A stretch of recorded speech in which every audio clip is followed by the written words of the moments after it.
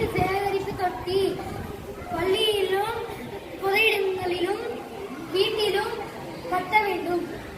பாத்திரம் விளக்கும் போது குழாயை திறந்துவிட்டு கழுவக்கூடாது.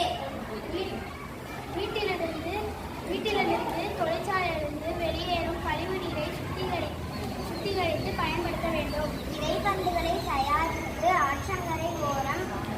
அனைவருக்கும் வணக்கம். என் பெயர் மா மதிஷா. நான் 5ஆம் வகுப்பு படிக்கிறேன். நான் இப்பொழுது மின்னணு கழிவுகளை பற்றி பேச வந்துள்ளேன். மின்னணு கழிவுகளை குறைப்போம்.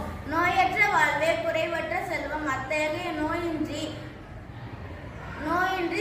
வாழ சிறந்த சுற்றுச்சூழல் அவசியம். எனவே கழிவுகளை தூக்கி எறியாமல் மக்கும் கழிவு மக்காத கழிவு என பிரித்து கழிவை அகற்ற வேண்டும். குறிப்பாக நம்மை அச்சுறுத்தும் இ-வேஸ்ட் எனப்படும் மின்னணு கழிவுகளை திறம்பட மேலாண்மை செய்ய வேண்டும்.